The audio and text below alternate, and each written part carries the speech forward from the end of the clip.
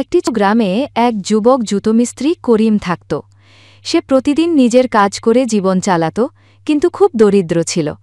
করিম কখনো ভাবতে পারত না যে তার জীবনে কোনো বড় খুশি আসবে। একদিন করিম বিরিয়ানি খেতে চাইল। বাজার থেকে চাল আর মুরগি নিয়ে আসলো এবং সে বিরিয়ানি রান্না করল। বিরিয়ানি ঠান্ডা করার জন্য সে বড় থালায় রাখল।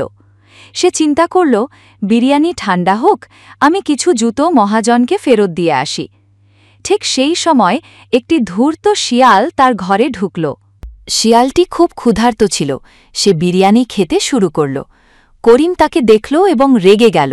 সে দ্রুত ঘরের দরজা বন্ধ করে দিল এবং শিয়ালটিকে দড়ি দিয়ে বেঁধে দিল। করিম লাঠি দিয়ে শিয়ালটিকে অনেক মারল।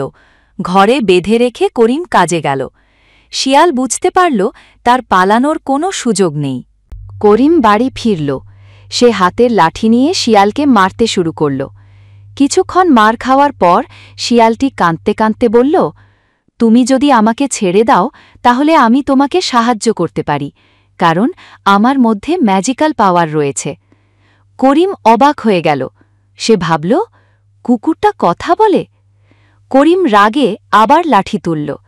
শিয়ালটি ভয় পেয়ে অনুরোধ করতে লাগল, ভাই, আমাকে মেরো না। তুমি যদি আমাকে মুক্ত করো, আমি তোমার বিয়ে রাজার মেয়ের সাথে করাব। করিম অবাক হয়ে বলল, কি? আমি গরিব জুতো মিস্ত্রি আর রাজার মেয়ে? তুমি কি আমাকে বোকা বানাচ্ছ? শিয়ালটি বলল, না ভাই, আমি সত্যি বলছি। আমি যদি তোমার বিয়ে রাজার মেয়ের সাথে না করাই, তুমি তখন আমাকে যা খুশি করো। করিম কিছুক্ষণ ভেবে বলল, ঠিক আছে, আমি তোমাকে ছাড়ছি, কিন্তু কথার মান রাখতে হবে। শিয়াল মুক্ত হয়ে বলল, তুমি ঘরে থাকো, আমি খুব শিগগিরই তোমার জন্য সুখবর নিয়ে আসব। শিয়াল দৌড়ে চলে গেল, আর করিম অবাক হয়ে থাকল। এ কি সত্যি হবে, নাকি আবার নতুন কোনো চালাকি? শিয়াল বলল বিদায়। শিয়াল গ্রাম ছেড়ে নদীর দিকে গেল। নদী পার হয়ে সে অন্য পারে পৌঁছাল। সেখানে এক বড় রাজ্য ছিল। প্রাসাদ নদী থেকে কিছুটা দূরে। শিয়াল নিজের রূপ পাল্টে এক দূতের বেশ নিল এবং রাজার দরবারে হাজির হল। বাদশাহ কায়েস তাকে দেখে জিজ্ঞেস করলেন, তুমি কে, আর এখানে কি কারণে এসেছ? শিয়াল মাথা নিচু করে বলল, হে বাদশাহ সালামাত, আমি পাশের রাজ্যের দূত। আমাদের রাজা অবিবাহিত, আর তিনি আপনার কন্যার জন্য বিবাহের প্রস্তাব পাঠিয়েছেন। রাজকন্যা আয়েশা তখনও অবিবাহিত ছিলেন, তরুণী ও সুন্দরী। বাদশাহ কায়েস এমনিতেই মেয়ের বিয়ের জন্য একটি উপযুক্ত প্রস্তাবের অপেক্ষায় ছিলেন, তাই প্রস্তাব পেয়ে তিনি খুশি হলেন। তিনি দূতকে বললেন, আমরা এই প্রস্তাব মেনে নিচ্ছি, আজই বিয়ের তারিখ ঠিক করা হোক। শিয়াল খুশি হয়ে ফিরে এলো। সে আবার নদী পার হয়ে গ্রামে গিয়ে সোজা মুচি করিমের বাড়িতে পৌঁছাল। মুচি করিম তাকে দেখে অধীর হয়ে জিজ্ঞেস করল, কি সুখবর এনেছ? শিয়াল শান্তভাবে বলল, তোমার বিয়ে রাজার কন্যা আয়েশার সঙ্গে ঠিক হয়ে গেছে। কথা শুনে মুচি করিম ভয় পেয়ে বলল, কিন্তু আমার তো এক পয়সাও নেই, আমি কিভাবে রাজকন্যাকে বিয়ে করব? শিয়াল হেসে বলল, চিন্তা করো না বন্ধু, সব ব্যবস্থা আমি করে দেব। পরের দিন ভোরে রুমি শিয়াল মুচি করিমকে নিয়ে নদীর ধারে গেল। সেখানে কাপড় ধোয়া এক ধোপা ছিল। রুমি শিয়াল তাকে একটি সোনার মুদ্রা সোনা পেয়ে খুশি হয়ে কাপড়গুলো ধুয়ে ঝোপে ছড়িয়ে দিল। তারপর শিয়াল গেল এক তুলা বিক্রেতার কাছে।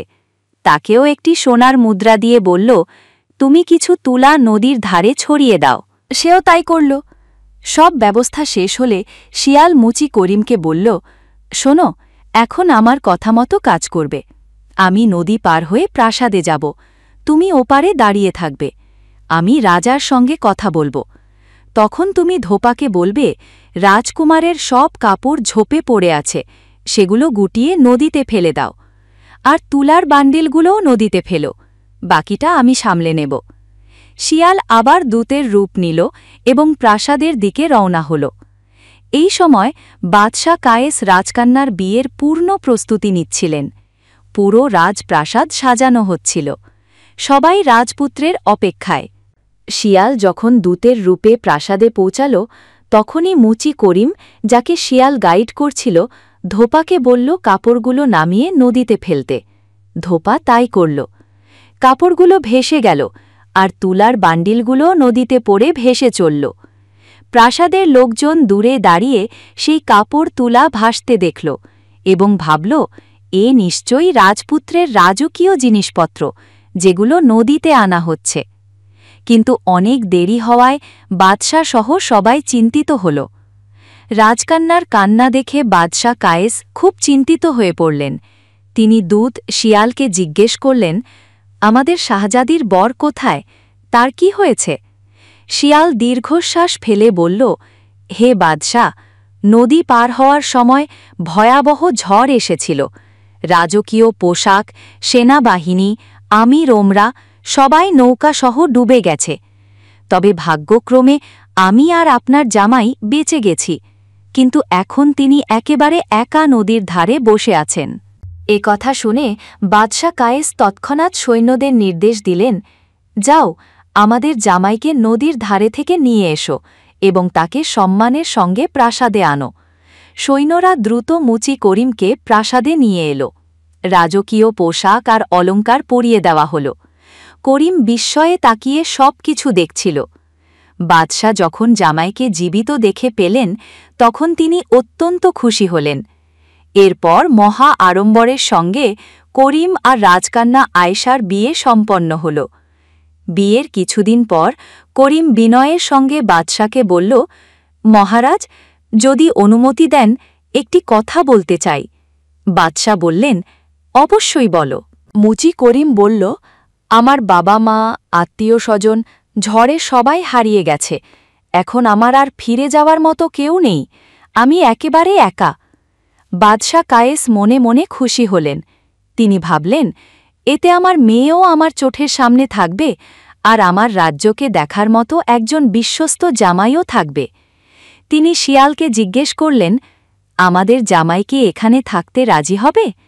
শিয়াল হাসি দিয়ে উত্তর দিল, মহারাজ, এই দায়িত্ব আমার উপর ছেড়ে দিন, আমি তাকে রাজি করিয়ে নেব। বাদশাহ খুশি হলেন। এরপর করিম প্রাসাদের ভেতরে রাজকীয় জীবনে মানিয়ে নিতে শুরু করল, আর শিয়াল কয়েকদিন দূতের রূপে প্রাসাদে থাকল। একদিন শিয়াল মুচি করিমকে মনে করিয়ে দিল, বন্ধু, আমি তোমাকে রাজকন্যার সাথে বিয়ে দেওয়ার প্রতিশ্রুতি রেখেছি। এখন আমাকে বিদায় দাও। আমি আমার আসল রূপে ফিরে গিয়ে বনে আমার সঙ্গীদের সাথে থাকতে চাই। করিম তাকে অনেক বোঝানোর চেষ্টা করলেও শিয়াল রাজি হল না। শিয়াল আবার শিয়ালের রূপে ফিরে বনের পথে চলে গেল। প্রিয় দর্শকবৃন্দ, এভাবেই এক দরিদ্র মুচি ধূর্ত শিয়ালের বুদ্ধিতে রাজকন্যাকে বিয়ে করে রাজকুমার হয়ে উঠেছিল। গল্পটি যদি ভালো লেগে থাকে তবে লাইক, কমেন্ট আর সাবস্ক্রাইব করতে ভুলবেন না।